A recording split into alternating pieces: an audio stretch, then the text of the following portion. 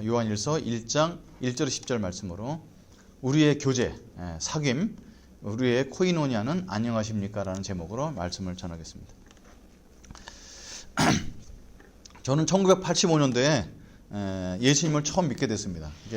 저는 다른 사람이랑 조금 다른 케이스라는 것이 교회에 다니다가 예수님 믿은 것이 아니고 수련회 모르고 따라갔다가 예수님을 만나고 나서 교회를 나가게 된 독특한 케이스입니다. 저는 그 당시에 처음 만났던 예수님에 대해서는 수없이 간증을 했습니다. 그게 저의 생명이었기 때문에 그렇습니다. 여러분, 그렇게 예수님을 만나서 생명의 축제를 느낀 다음에 교회를 처음 나갈 때 제가 교회에 대한 기대감이 얼마나 컸을까요? 이게 처음 보는 문화였는데, 처음 보는 사람에게 남자는 형제라고, 처음 보는 여자분에게는 자매라고 부릅니다. 이게 이제 교회 다니는 사람 굉장히 익숙하지만 저는 이게 처음 맞아보는 그런 공동체였어요.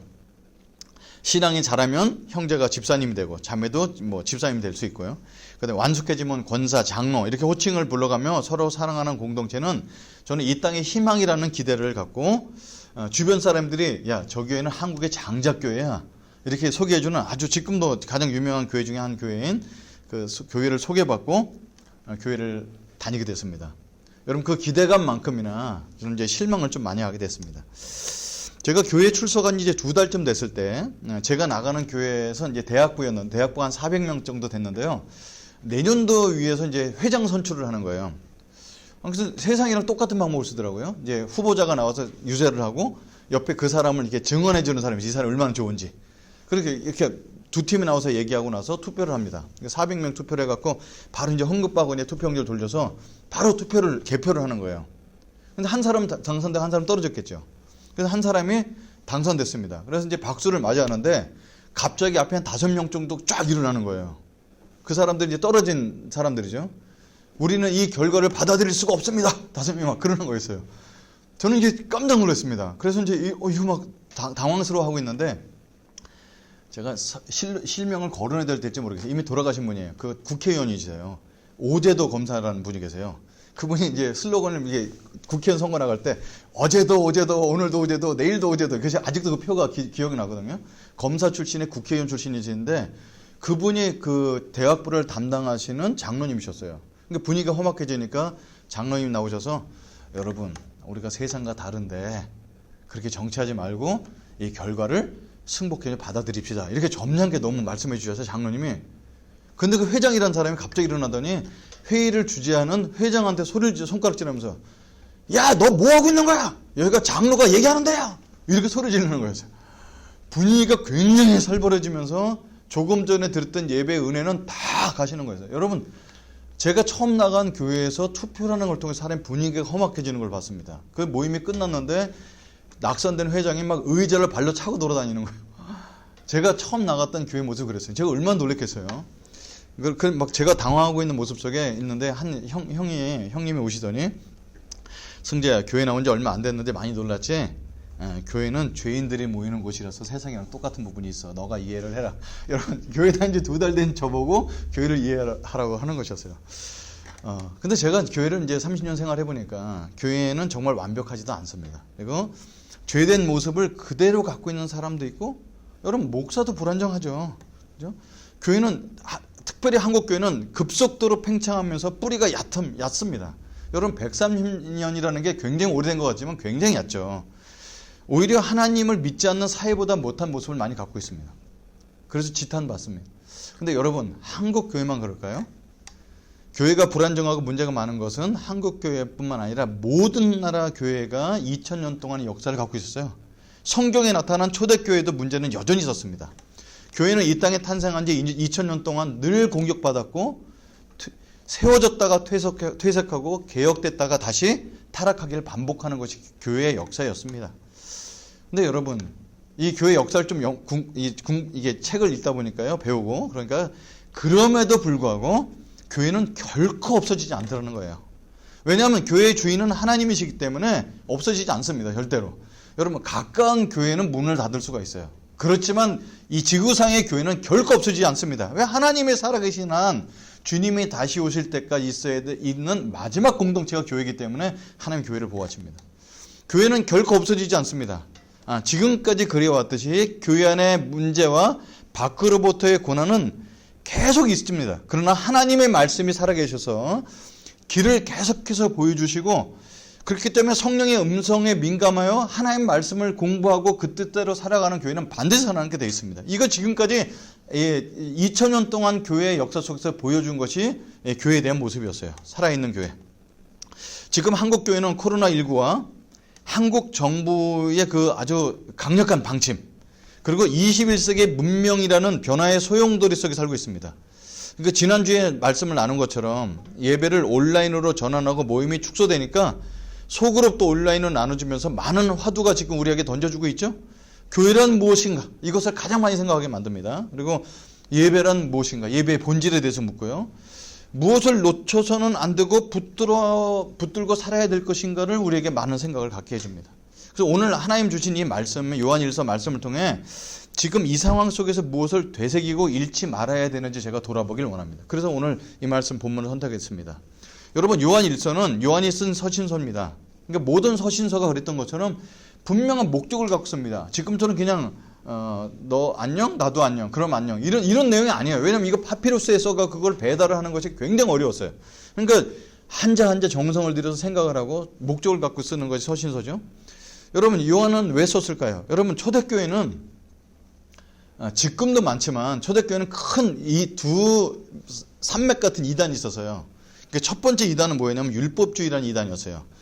율법주의의 주장은 뭐였냐면 예수님을 믿으면 구원을 받지만 그것만으로 부족하다. 율법을 지켜야 된다. 특별히 남자들은 할례를 받아야 된다. 그래서 할례당이라고 하는 율법주의였어요. 지금 이제 안식교랑 비슷한 신학입니다. 사도 바울이 이렇게 교회를 개척해서 너무너무 아름다운 교회를 세우고 떠나면 바로 할례당들이 들어와서 야, 바울은 사도도 아니야. 자격증도 없어. 그리고 그가 잘못 가르쳐서 그래서 가르치를 완전히 다 뒤집어 버립니다. 그 바울이 개척한 교회마다 그 사람의 명성을 깎아내리고 다시 쓰십시오. 지금 그 하는 짓은 지금의 신천지랑 비슷했어요. 그래서 이런 모습을 갖고 있으면서 바울이 많이 옥에 갇혔는데 자기를 옥에 가두는 로마보다 더 싫어했던 것이 할례당이었어요. 그래서 이런 것이 이제 첫 번째 이단이었고요. 또 하나의 거대한 다른 산맥 같은 이단이었었는데 그건 영지주의라는 이단입니다. 영지주의는 이제 간단히 얘기하면 여러 이제 내용이 있지만 그 중에 가장 핵심 거였어요. 영과 육을 분리하죠. 그래서 영은 죄를 짓지 않는다. 왜냐면 영은 거룩하기 때문에. 근데 육신이 죄를 짓는다는 거예요. 여러분, 이걸 해놓으면 사람이 얼마나 편리해지냐면 죄를 지어도 내가 죄를 지은 게 아니라 육신이 죄를 지은 거예요. 육은 원래 죄를 짓는 존재예요. 그리고 우리 구원받은 영혼은 절대 죄를 짓지 않는다는 거예요. 이런 이론이 누가 갖고 있죠 지금? 구원파. 여러분, 세월호 사건 났을 때 죄를 고백 안 하잖아요. 왜냐면 내가 죄를 지었다가 하는 순간 구원을 못 받아요. 이론에 의하면 육신이 죄를 졌지 나는 죄를 안 졌다고 얘기하는 거예요. 이게 영지주의가 얘기하는 가장 대표적인 내용입니다. 그러니까 육은 나쁘고 영은 거룩하다고 하는데 여기 하나 문제가 생깁니다. 영지주의도 예수님을 믿거든요. 그러니까 이단이니까 뭐가 다르죠. 다른. 여러분, 예수님은 거룩하신데 육신을 입고 이 땅에 올 수가 없어요. 이 이론에 의하면. 그래서 이 사람들이 발명해낸 생각이 뭐냐면 예수님이 이 땅에 육신을 입고 오신 것이 아니고 영으로 오셨는데 사람들이 그 영으로 된 것을 보고 예수님이 왔다고 믿고 있는 것이다라고 이론을 만듭니다. 그러니까 이 사람들이 예수님이 실제는 존재가 아니라 영적인 존재라고 얘기하고 퍼뜨리는 게 영주주의의 핵심입니다. 여러분, 이것이 지금 사도 요한이 심호했던 교회들에 퍼져나가고 있어요. 그래서 이것을 보고서 오늘 요한 일서를 씁니다. 아주 첫 줄서부터 강력하게 써요. 오늘 본문 1장 1절에 보면 1절 2절 이렇게 나와 있습니다. 태초부터 있는 생명의 말씀에 관하여는 우리가 들은 바요, 눈으로 본 바요, 자세히 보고 손으로 만진 바라. 이 생명이 나타나신 바 된지라. 이 영원한 생명을 우리가 보았고 증언하여 너에게 전하노니 이는 아버지와 함께 계시다가 우리에게 나타나신 바 된 것이니라. 이렇게 얘기하고 있습니다. 여러분, 보통 서신조 앞머리에는 자기가 누구인지 밝힙니다.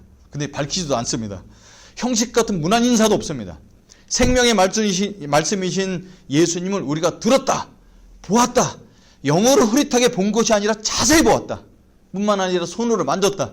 여러분, 이 사도 요한 같은 경우는 자기가 가장 사랑받는 제자라고 해서 예수님 품에도 안겨 있잖아요. 얼마나 만져봤겠어요. 그분은 그렇게 살아계셨던 분, 실제로 육신을 입고 오셨던 그분을 우리가 증언한다고 목나 외치는 소리가 벌써 요한 1서 1장 1절 2절에 들리는 것 같아요. 그러면 이 요한이 요한 1서 1장을 통해서 주는 것을 제가 세 가지 포인트를 보게 됐는데, 요한이 전하는 가장 첫 번째 메시지는 뭐냐면 예수님이 실존하셨다는 겁니다. 이거 뭐 우리는 당연히 믿고 있죠. 근데 이게 굉장히 중요한 사실이에요.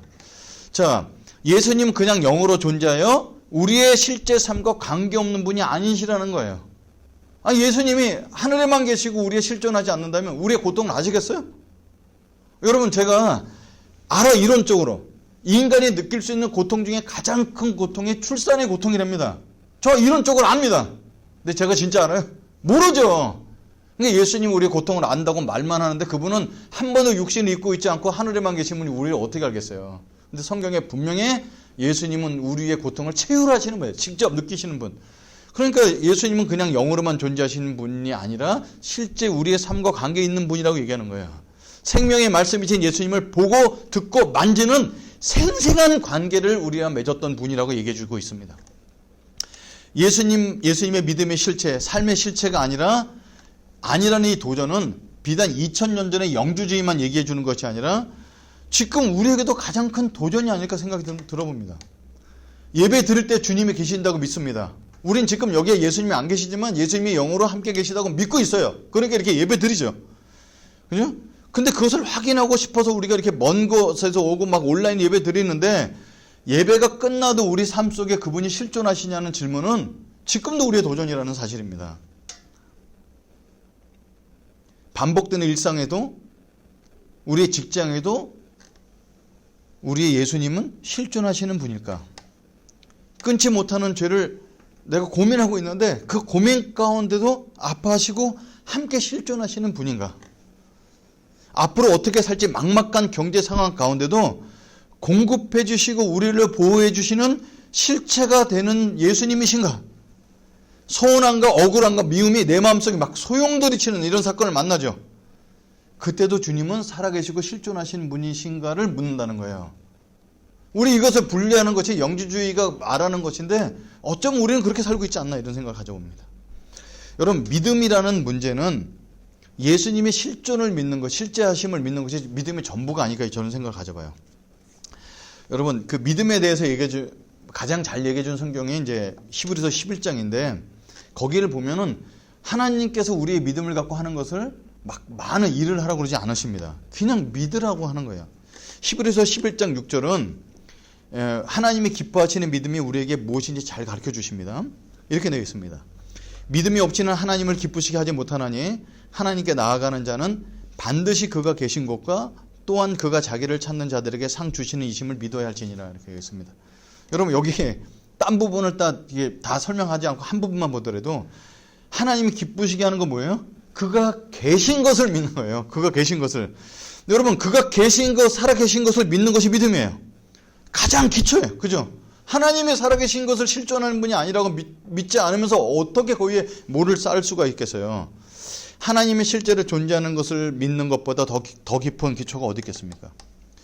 그런데 여러분, 제가 예수님을 믿으면서 이제 30년 동안 간사로, 선교사로, 목사로 살고 있는데 하나님이 실제로 살아계신다고 존재한다고 것을 믿는 것은 믿음의 기초가 아니라 믿음의 거의 전부라는 사실입니다. 이걸 한 예를 들어볼게요. 이게 참 그 안 믿는 사람이 이 얘기를 방송에서 쏜 적이 있어요. 뉴스룸이라는 코스에 손석희 씨가 이제 이렇게 방송을 한 부분인데요. 그럼 이미 우리가 알고 있는 내용이지만 안 믿는 사람 그 예를 썼다는 게 참 저한테는 조금 이렇게 아쉬웠어요. 이게 누구 얘기냐면 한경직 목사님 얘기입니다. 이렇게 그분은 이제 돌아가신 꽤 되셨죠. 우리나라의 원로 중에 원로시고 끝까지의 삶을 잘 지키다 가셨던 분입니다. 이분은 이제 그 큰 교회에서 은퇴를 하시고 산골짜기에 조그만 그 집에서 혼자 은둔 생활을 하시면서 이제 인생을 마무리하시려고 가셨는데 어느 날 목사들이 다 대거 찾아가서 믿음의 선배님 한경직 목사님을 만나서 가르침을 받으려고 여러 가지 대화를 나눴습니다. 그때 목사님들이 이제 뭐라고 하냐면 젊은 목사들이죠. 목사님, 한경직 목사님, 우리가 목회를 하고 사는데 중요한 말씀 한 말씀만 해주십시오. 이렇게 부탁을 했어요. 그분이 뭐라고 그랬을까요? 그냥 쉽게 얘기하지 않더랍니다. 그 평생 목회를 하셨는데 그분이 한산 심사숙고하시고 딱 한 말씀 하셨습니다. 목사님들 예수 잘 믿으세요. 그게 아주 명언이었어요. 아니 목사님들 예수 다 믿잖아요. 근데 한경리 목사님 본인의 믿음 생활 40년, 50년, 60년을 하셨던 그분이 믿음의 실체는 뭐냐면 진짜 예수님을 잘 믿는 것이라는 거였어요. 그냥 예수 믿고 구원받으세요 내용이랑 다르죠. 한경리 목사님의 말씀은 믿음은 하나님의 계신 것을 믿는 것이고 그것이 기초이고 기둥이고 저의 전부라고 말씀하는 것입니다. 21세기의 바쁨과 인스턴트의 삶과 자기 사랑과 그리고 무한 경쟁의 긴장감 속에 예수님의 실존을 잊고 사는 우리에게 이제 전공을 찌르는 말씀이 아닐까 싶습니다. 영지주의의 씨앗으로 인해 예수님이 천상에 계신 분으로 알고 일상의 삶 속에 하나님 없이 살아가는 초대교회에게 예수님은 실존하시는 분임을 사도 요한은 강력히 전하고 있습니다. 우리에게도 오늘 동일하게 말씀하십니다. 오늘 예배 이후에 무엇을 하실 생각이신가요? 이렇게 좋은 날씨 거기에도 예수님을 초청하십시오. 월요일에도 예수님과 동행하십시오. 지금의 걱정과 불안함도 주께서 아시고 방관하지 않을 것을 믿으시고 주님의 실존을 믿으십시오. 예수님은 실존하십니다. 하나님은 살아계십니다. 이게 사도 요한이 우리에게 주는 첫 번째 메시지입니다. 요한이 전하는 두 번째 메시지는 믿는 사람들은 사귐이 있어야 된다고 증거하고 있습니다. 3절 4절입니다. 우리가 보고 들은 바를 너희에게 전함은 너희를 우리와 사귐이 있게 하려 함이니 우리의 사귐은 아버지와 그의 아들 예수 그리스도와 더불어 누림이라. 우리가 이것을 쓰면 우리의 기쁨이 충만하게 하려 함이라 이렇게 써 있습니다. 사귄다는 말은 참 이렇게 우리가 보통 쓰는 말은 아닙니다. 남자 여자 이렇게 사귈 때 쓰는데 오늘 성경에 나와 있습니다. 요한은 예수님을 직접 경험한 우리가 이 소식을 왜 전하는지 아느냐? 하나님 아버지와 그 아들 예수 그리스도 그 두 분이 삼위일체 되신 하나님 굉장히 깊은 사귐이 있었죠. 그래서 더불어 누리는 사귐을 위한 것이다. 이 사귐을 생각만 해도 우리의 기쁨이 넘친다 이렇게 얘기하고 있는 거예요. 여러분 사귐이라는 단어는 우리가 이제 헬라어 공부를 안 해서 교회 좀 다니면 가장 익숙한 헬라어 중에 하나 코이노니아라는 말입니다.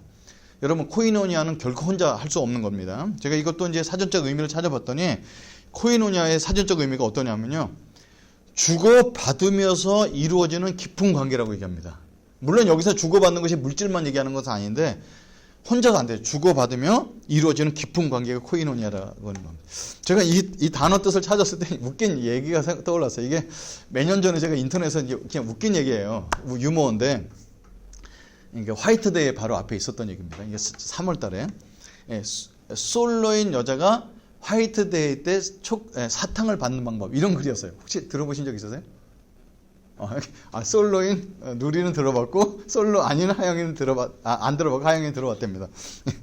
참 그 두 딸이 각각 다르니까 너무 좋습니다. 아무튼 솔로인 여자가 화이트데이 어떻게 사탕을 받냐면 이렇게 받는다고 합니다. 발렌타인데이 초콜릿도 준 적이 없으면 못 받겠죠. 근데 첫 번째 초콜릿을 사탕을 받는 방법이 온라인으로 주문해서 택배로 받는다는 거예요. 택배 전달하시는 분들 거의 다 남자잖아요. 그러니까 사탕을 받았다 이런 거예요. 택배로. 두 번째 방법은 뭘까요? 남학생이 일하는 편의점에 가서 사탕을 고르고 편의점 알바 남학생에게 준다. 그러면 그 알바생은 바코드를 읽고 다시 사탕을 준다. 그때 받는다. 이거예요. 세 번째가 제일 웃었어요. 뭐냐면 그 편의점에서 산 사탕을 하늘 높이 던진다. 그리고 잘 받는다. 아유, 이게 참 누가 이걸 글을 써놨는데 참 제가 이거 웃긴 얘기인지 모르지만 참 그렇죠. 이걸 또 뭐 여성 비하 발언이라고 얘기하면 안 됩니다. 이거 초콜릿을 받는다고 똑같이 하면 되죠. 그죠? 이것이 받는 건 아니죠. 그죠? 예, 그러니까 하나님이 계신 것을 믿는 결단은 혼자 할 수 있지만 코이노니아는 섬김과 수고를 주고받으면서 결코 혼자 할 수 없다는 겁니다. 이게 막 아까 얘기는 어거지로 받는다는 거죠. 그죠? 생명의 말씀이신 예수 그리스도를 주로 고백하고 감사하고 찬양합니다. 전 예배가 살아있습니다. 이것으로 그리스도인의 삶이 완성된다면 요한일서는 성경에 넣을 필요가 없는 성경입니다.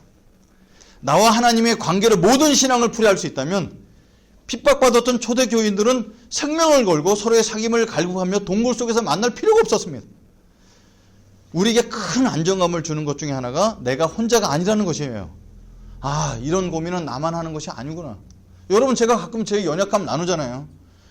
제가 어떤 날 보면은, 아니, 너무 변화되지 않고, 아니, 아직도 죄를 붙들고 살면서 갈등하는 내 자신을 보면서, 내가 과연 목사인 내가 거듭난 그리스도인인가를 묻고 있어요. 가끔, 어떤 날 밤에 보면, 제가 그것을 나누니까, 많은 형제들이 위로를 받습니다. 와서. 아, 그거 저 혼자 고민이 아니구나. 그죠? 이런 것들이 혼자만 지금 내가 당하는 어려움이 나 혼자만 짐을 갖고 있는 게 아니구나. 여러분, 그래서 짐은 나누면은 이게 반이 된다고 하잖아요, 무게가. 내게 실제로 도움을 주진 못해도 함께 해주는 사람이 있구나. 가슴으로 와닿는 이런 순간에 우리가 일어날 수 있는 게 그런 교제 아닐까 싶어요. 제가 옛날 얘기 또 하나 할게요. 저는 대학교 4학년 때 저희 어머님이 여름 수련을 앞두고 뇌졸중으로 쓰러지셨어요. 여러분, 그 당시는 병원 시설이 좋을 때가 아니에요. 그 어머니를 부축해서 이게 쩔뚝거리면 걸을 정도 되셨는데 병원에 들어가실 때는 병원에 모셨는데 병원에서 점점 의식이 잃어가시는 거예요. 근데 그 당시가 하필이면 여름 수련 기간이라서 내가 이제 목숨을 들여서 막 함께 했던 CC맨들이 다 수련회 가 있는 거예요. 그러니까 기도는 부탁해서 기도는 하지만 병원에서 제가 혼자 처리를 해야 될 때. 여러분, 저는 이 간병인 제도가 얼마나 지금은 이렇게 돈 주고 사서 쓰잖아요. 옛날 땐 그런 개념이 없어서 자식들이 해야 되는데, 지금 이제 5대 독자 혼자잖아요. 저희 누님 뭐 결혼해서 애 둘이 있으니까 오지도 못하시고. 하는데 이제 이걸 일주일을 지났는데 밥 먹을 새가 없는 거예요.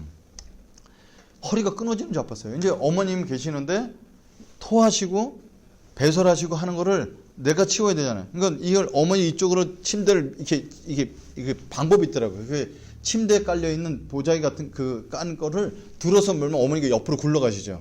그럼 이쪽 닦아내고 다시 이쪽 굴려서 이게 하는데 하루에 7번, 8번씩 토한 거 밥 먹여드리고 해야 돼요. 근데 이렇게 하고 있었어요. 혼자서. 근데 이제 어머니가 돌아가시기 전날이었어요. 제 이제 고통이 막 극에 달하고 있었는데 뜻하지 않는 한 사람이 와요. 저랑 같이 성경 공부, 지금 말하면 순원이죠. 근데 저보다 3살이나 많은 분이에요. 근데 서로 존댓말 쓰죠. 저는 순장이니까. 근데 저보다 3살 많은 분이니까 존댓말 하고 같이 성경 공부를 했던 분인데 뜻하지 않게 방문했어요. 이게 누가 봐도 알죠. 그 당시에 뭐 대학생들이 무슨 뭘 할 줄 알겠어요. 어머니를 도와드린다 닦아드리지 못해. 또 여자분이니까. 저도 그 민망해서 어머니 닦아드리기 되게 어려웠었는데 근데 그냥 잠깐 왔어요. 힘들지 않냐고. 근데 제가 보니까 도움이 많이 필요해요. 왜냐하면 혼자 다 해야 돼. 행정실도 가야 되지. 의사가 부르면 나갔다 와야지. 갔다 오면 어머니가 벌써 토하고 계시면 또 닦아야지. 또 밥 먹여드려야 돼. 이걸 혼자서 막 못하는 거예요. 자리에 약 타러 가야 돼. 지금은 번호표라도 있는 거지만 옛날 때는 약 타고 줄 서 있어야 돼. 그 사람들 많은데. 그러니까 혼자서 감당이 안 되고 있는 것을 그 형제님이 보셨는지 제가 볼 때는 와서 한 5분 있다 가실 분이 계속 있는 거예요. 그러다가 밤 됐는데 안 가요. 나보고 밥 좀 먹으라 그러고. 그 사람들 이렇게 다정다감한 스타일이 아니거든요. 근데 갑자기 뜬금없는 소리 하는 거예요. 그냥 오늘 밤 여기서 자겠다 그러는 거예요. 여러분, 그 6인실 되는 병원에 잘 데가 없거든요. 근데 그 침대 밑에 보면은 이렇게 누워서 자는 간이 침대 있죠. 제가 잤던 침대인데 거기서 자겠다는 거예요. 근데 여러분, 그때 내가 얼마나 힘들었는지 그 형제가 자겠다는데 그걸 말리질 못했어요. 그냥. 그래서 거기서 자라 그러고 나는 어머니 침대 위에 올라가서 이제 어머니 못 움직이시니까 엄마 침대 옆에서 자는데 눕자마자 여기서 그동안 쌓였던 게 터져 나오면서 막 쏟아지기 시작하는 거야. 그동안 쌓였던 슬픔과 어려움의 울음과 함께 막 터져나오기 시작했어요. 만약에 아무도 없었다면 그냥 긴장감 속에서 잠을 잤었을 밤인데 그냥 누군가 함께 해준다는 것 그 자체로 그 어렵고 힘들었던 그 마음을 견딜 수 있게 해줬다는 사실이에요. 여러분, 그 형제는 이렇게 나중에 제 이 방송을 볼 수 있을지 모르겠는데 이렇게 막 다정다감한 이런 사람도 아니고 뭐 이렇게 해주는 그런 스타일도 아니에요. 근데 그냥 함께 해줬다는 사실이 여러분 지금 30년이 넘었는데 가장 고마운 사람 중에 한 사람 남습니다. 그 형제에게 감사하는 마음이 듭니다. 여러분, 사귐이란 오늘 이 단어, 코이노니아라는 단어는 그리스도인에게 있어도 되고 없어도 되는 것이 아닙니다. 여러분, 글쓰기에 가장 능했던 사도 중에 사도가 누가 있을까? 사도 바울입니다. 그의 문장은 완벽하고 권세 있고 논리와 설득력 그리고 감동까지 있었습니다. 그래서 서신서를 가장 많이 썼는지 모릅니다. 그래 능했던 바울이었지만 그의 서신서 곳곳에 뭐라 했었냐면 내가 속히 가서 보길 원한다. 이 겨울이 오기 전에 너를 보길 원한다. 가서 함께 대면하길 원한다. 내가 너에게 직접 가서 보고자 여러 번 시도했다. 이런 글이 굉장히 많이 나옵니다. 그의 마음의 표현을 하고 있습니다. 신앙이 하나님과 나만의 관계이다면 그렇게 표현할 필요가 없었을 것입니다. 여러분, 최근에 저의 신앙의 눈에 한 차원 더 떠진 깨달음이 있었어요. 오늘 이게 핵심인데요. 하나님 말씀하시는 것에서 배우는 것이었어요. 여러분, 이제 목사 된 지 오래됐는데 이렇게 새로운 깨달음이 있다는 사실 자체가 너무 감사하고 코로나19가 준 저의 기쁨이, 이게 그 유익함이 아닐까 생각됩니다. 여러분, 하나님이 지금도 말씀하신다고 믿으십니까? 믿으시죠? 어떻게 말씀하실까요? 예. 뭐 의심할 것도 없어요. 성경 말씀을 통해서 말씀하시죠. 그렇게 우리는 이렇게 많은 시간을 들여서 공부하고 설교를 통해 배워요. 여러분, 예배가 1시간 이렇게 따지지만 설교 시간이 가장 길잖아요. 왜? 하나님 말씀 배우는 게 너무 중요하기 때문에, 그걸 통해서 말씀하시기 때문에. 어떨 때는 저는 그냥 뜻도 모르고 그냥 이렇게 성경에 있는 거 풀어서 얘기해 줬는데 그게 생명을 살리기도 하죠. 하나님 말씀은 우리에게 말씀해 주시는 가장 강력한 통로입니다. 이것에 대한 설명은 제가 생략하겠습니다. 두 번째로 하나님은 어떻게 우리에게 말씀하시냐면 자연을 통해서 말씀하십니다. 여러분, 코로나19를 하나님 만드신 건 아니지만 인간이 어떻게 살았는지 이런 걸 막 보여주죠. 이런 걸 통해서 막 하나님이 우리가 하나님 앞에 나가게 만들어주세요. 여러분, 이게 큰 그림이 아니더라도 작은 걸 예를 들어볼게요. 여러분, 제가 사진을 찍기 시작한 지 벌써 10개월쯤 됐습니다. 그 똑딱이 카메라를 시작했다가 지금은 중고된 가끔 분들한테 또 사서, 여러분, 부인들이 가장 싫어하는 남자들의 취미생활의 첫 번째가 낚시고 두 번째가 카메라랍니다. 집안 살림만 같은 그거 돌아다니니까. 그건 이제 내가 나중에 알게 됐어요. 근데 저는 그 정도까지는 아닌데 이제 10개월쯤 됐어요. 여러분, 저는 서울 출신이에요. 서울에서만 살았고요. 선교사 생활이나 외국 생활도 대도시에서만 했어요. 마닐라라든지 중국 광저라든지. 여러분, 전 도시 완전 까도남입니다. 까칠한 도시 남자입니다. 이게 서울 출신인 저는요, 식물을 보면 어떻게 세 종류밖에 없어요. 어떤 거냐면 꽃, 풀, 나무입니다. 저거 분홍색, 저건 보라색 꽃. 이게 해봤자 그런 거예요. 조금 더 나은 게 뭐 장미꽃 정도 구분할 줄 아면 백합 이런 겁니다. 근데 지금은요, 꽃을 찍기 시작한 지 10개월 됐는데, 여러분, 개나리, 유채꽃, 산수유를 제가 구분합니다. 이게 다 노란색이에요. 옛날에 구분이 안 갔어요. 멀리서 보면 저 노란색이니까 다 개나리인 줄 알았어요. 근데 이제 얼핏 봐도 저건 산수유다, 저건 유채꽃이다 압니다. 이 정도가 아니라요, 지금은 능소화, 수선화, 동백꽃, 벚꽃, 목련, 수련, 괭이밥, 이런 풀까지 제가 구분합니다. 그 각각의 아름다움을 제가 알아요. 왜 그렇게 됐을까요? 제가 직접 카메라에 담았기 때문에 그래요. 예뻐서, 너무 순수하고 깨끗해 보여서 카메라 담아서 이게 무슨 꽃이지 궁금해합니다. 그 인터넷에 찾아보니까 요새는 네이버가 다 알려줘요. 여러분, 나이가 들면 꽃이 예뻐 보인다고 합니다. 그죠? 저도 나이 든 사람이 돼서 나이 들은 사람이 되는 걸 썩 좋아하지 않지만, 그러나 이 나이가 되도록 각 지역마다 독특한 꽃이 있고 시절에 맞춰서 각양각색의 꽃이 피는 것을 이제야 깨달았어요. 꽃 한 송이의 자태 속에 하나님의 섬세하고 아름다운 손길을 느낄 수가 있습니다. 결코 저절로 우연으로 이 아름다움을 피워낼 수 없음을 저는 발견합니다. 인간의 조형물은요, 처음에 와 하죠. 근데 조금 보면 늘 똑같습니다. 그러나 하나님 만드신 자연은 항상 변하며 살아있습니다. 하나님은 자연을 통해서 우리에게 말씀하신다는 걸 저는 사진을 찍으면서 정말 알았어요. 근데 오늘 제가 발견한 것은, 이번 주에 제가 발견한 것은 하나님의 말씀하시는 또 하나의 통로를 발견했어요. 뭘까요? 하나님은 우리 이웃의 필요를 통해서 우리에게 말씀하신다는 사실이었어요. 이게 엄청난 발견이었어요. 여러분, 성경에 그러고 나서 이거 눈을 떠준 다음에 성경을 보니까 작은 소자에게 하나 해준 것도 예수님이 기억하신다는 거예요.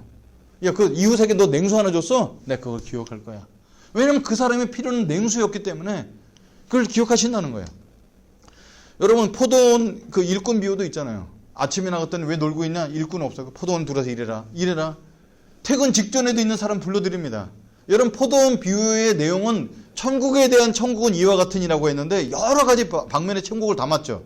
근데 포도원 주인의 마음, 처음에 들어온 사람도 한 데나리온이 필요했어요. 왜? 가족을 먹여 살려야 되니까.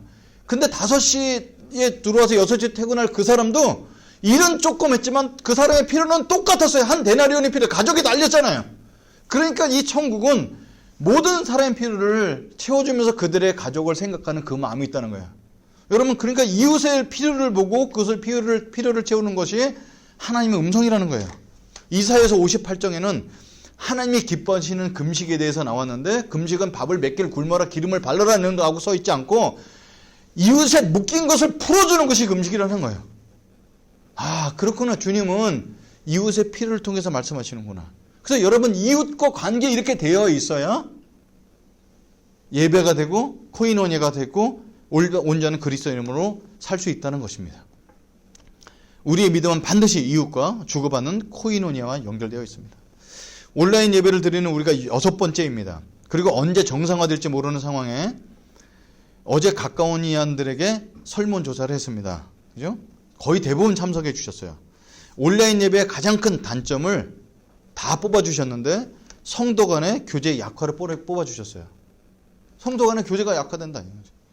SNS 온라인 시대에 사람들이 관해서 우리에게 전해주는 것이 있어요. 사람들 관계에 대해서요. 여러분, SNS를 통해서도 친구가 5,000명입니다. 여러분, 근데 그 친구들은 다 폭은 넓지만 굉장히 얕은 대인관계를 하고 있어요. 얼마든지 좋은 모습만 보여주고 살 수 있습니다. 제가 저는 올리는 내용 별로 없죠. 아내랑 뭐 했습니다. 오늘 아내 생일입니다. 이런 거 올리잖아요. 그러니까 사람들 댓글에, 저도 나이 들어서 목사님 부부처럼 살고 싶어요. 옆에서 보면 그런 소리 안 납니다. 그죠? 거기다가 다른 거 안 올리잖아요. 다 그런 거 얼마든지 좋은 모습만 보여주고 살고 있잖아요. 더 깊이 알고 싶어 하지도 않습니다. 여러분, 이런 게 있어요. 조떼꽁 친구라고 있어요. 뭔지 아세요? 발음도 별로 안 좋죠. 좋아요, 댓글, 공유 친구예요. 조떼꽁이라고 얘기합니다. 이게 여러분, SNS도 눈팅만 하는 사람들 이제 다 자르려고 합니다. 언제 만나보면 이 사람이 페이스북 친구도 모르는데 목사님 글 잘 보고 있습니다. 한 번 좋아요 누르지 않았는데 모르죠. 그죠? 이런 친구들은 다 삭제, 패친 삭제. 좋아요를 눌러야 되고 댓글 달아주고 공유해 주는 사람이 최고 친구라는 거예요. 그래서 얼마나 지금 대인관계가 얕다는 거예요. 그죠? 여러분, 지난 2년간 저는 CBMC라는 곳에서 저보다 훨씬 나이가 많으신 그 장로님들 이런 분들을 말씀을 섬겼는데요. 그 중에 정말 은퇴를 눈앞에 둔 장로님이 저한테 해줬던 말씀이 있어요. 마지막 설교 끝난 다음에, 목사님, 교회는요, 제가 오랫동안 다녀보니까 서로 너무 친해지면 안 되는 곳이에요. 너무 서로 깊이 알면 싸웁니다. 적당하게 칭찬과 격려해주면서 가야 하지, 소그룹이다 뭐다 해서 하면 꼭 불협화음이 납니다. 목사님이 교회 개척하셨다니까 잘 새겨 들으세요. 이렇게 알려주셨어요. 저는 한편으로 이해하죠. 여러분, 친해지면 싸워요. 교회도 허니문이 3년까지래요. 3년까지는 이렇게 알아가는 단계잖아요. 근데 이제 그 다음부터는 싸운답니다. 예수님도 제자 사역을 딱 3년 하신 게 딱 허니문까지만 하고 천국에 가신 거예요. 그죠? 예수님의 지혜가 뛰어나다 그러는데 3년 다 됐을 때 서로 제자들끼리 싸우잖아요. 그게 이제 누가 이렇게 농담 삼아 이렇게 얘기하죠. 근데 저는 한편으로 그 이해 가요. 인간의 한계. 근데 저는 그런 모임의 교회라면 교회를 할 필요 없다고 저는 생각합니다. 삶의 변화는 그런 SNS나 얕은 교제를 통해서 절대 이루어질 수가 없습니다. 여러분, 저를 인생 동안에 가장 많이 성숙시켜 준 사람이 누굴까요? 제 아내입니다. 제가 무엇을 하나 하려도 의견이 다르고 제가 생각하지 못한 부분을 콕콕 지적해 줍니다. 아주 편한 관계니까 그렇죠. 제 아내한테 지적 안 당해 보셨죠? 친해지면 곧 당할 겁니다. 그러니까 아내가 해준 말에 다 맞아요. 제가 막 흥분돼서 이거 어때요? 근데 흥분을 가라앉히고 잘 생각해보면 아내가 해준 말이 거의 90%가 맞아요. 수많은 충동 구매나 충동적 활동을 제동을 걸어주는 사람이에요. 불편합니다. 근데 저를 가장 많이 성숙시켜주는 관계예요. 다음으로 저를 성숙시켜주는 사람이 누굴까요? 제 자녀들이죠. 여러분, 자녀들은 성장을 하면서 부모로부터 독립해 나가는데, 부모는 독립해주고 아니면 독립 안 시켜주고 이 밀당을 하면서 점점 성장해 나가죠. 부모가 성장합니다. 그죠? 여러분, 저는 목회자로서 많은 상담을 하고 있어요. 많은 청년들이나 중년들, 목회자까지 다음 주도 상담 스케줄로 꽉 차 있습니다. 어쩌면 저의 직업의 일면일 수 있어요. 그 사람들은 저를 아프게 하지 않습니다. 오히려 매우 좋아해요. 대화가 너무너무 잘 되신 열린 사고 따뜻한 목사님이라고 합니다. 왜 그럴까요? 저는 그들의 가족이 아니기 때문에 그렇습니다. 그들이 듣고 싶어하는 얘기만 해줘요. 청년들 오면, 야, 너답게 살아. 부모님 뭐라든 간에 너가 그걸 지금 해야 된다. 아주 쉬운 얘기예요. 왜? 전 책임질 필요가 없기 때문에. 관계가 아주 좋습니다. 근데 가족은 아니에요.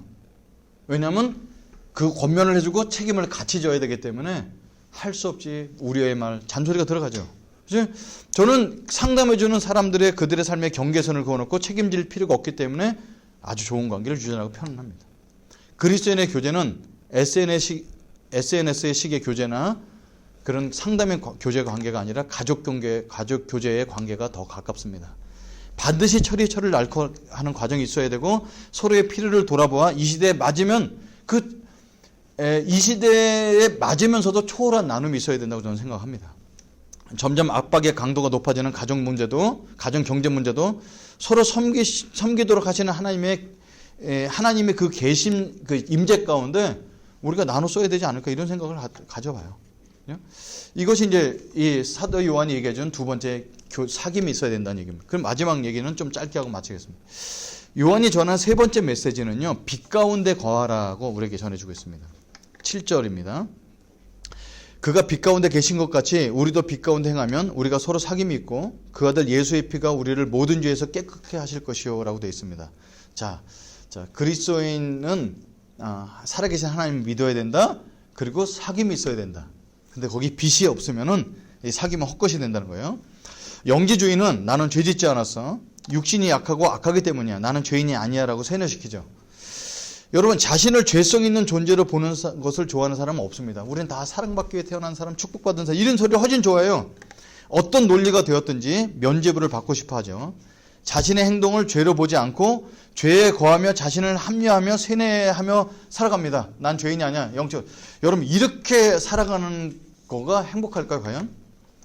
여러분, 빛의 반대는 어둠 속에 살아가는 것인데, 어둠 속에 살아간다는 뜻은 뭐냐면 진리가 아닌 것을 그것으로 자신을 세뇌하며 살아가는 것을 어둠에 살아가는 것이라고 성경이 얘기해 주고 있습니다. 빛은 우리의 어두운 면을 비추어서 잘못을 보게 하고 고백하고 토설하게 만들어요. 이게 빛의 모습이에요. 여러분, 어두운데 빛이 들어가면 더러운 거 깨끗한 거 다 보이잖아요. 근데 이것을 덮어서 이건 아니다 덮는 것은 어둠 속에 거하는 거라는 거죠. 그래서 빛은 우리를 빛 가운데로 나오게 하는 힘이 있다는 거예요. 처음엔 들으니까 더러워 보이지만 그 빛은 우리에게 결국 진정한 자유를 줍니다. 그래서 빛은 진정한 사귐이 있게 만들어준다는 거예요. 처음에는 이것을 고백하고 나누는 것이 어렵지만 마침내 우리를 기쁨으로 충만하게 하고 생명력 있게 살아가게 한다는 것이 빛이 주는 원리라는 것입니다. 이것이 그리스도인의 교제의 힘입니다. 서로의 죄를 고백하고 어려움을 나눕니다. 물론 우리가 감당할 수 있는 것까지 나누겠죠. 어떻게 우리의 어려움을 나누고 이게 부끄러운 부분을 나눌 수가 있을까요? 전제 조건이 있는데요. 서로에 대한 신뢰와 서로에 대한 긍휼한 마음이 있고 이 사람이 듣기만 할 것이 아니라 진짜로 실제로 기도해 줄 거라는 그 신실함을 믿기 때문에 할 수 있어요.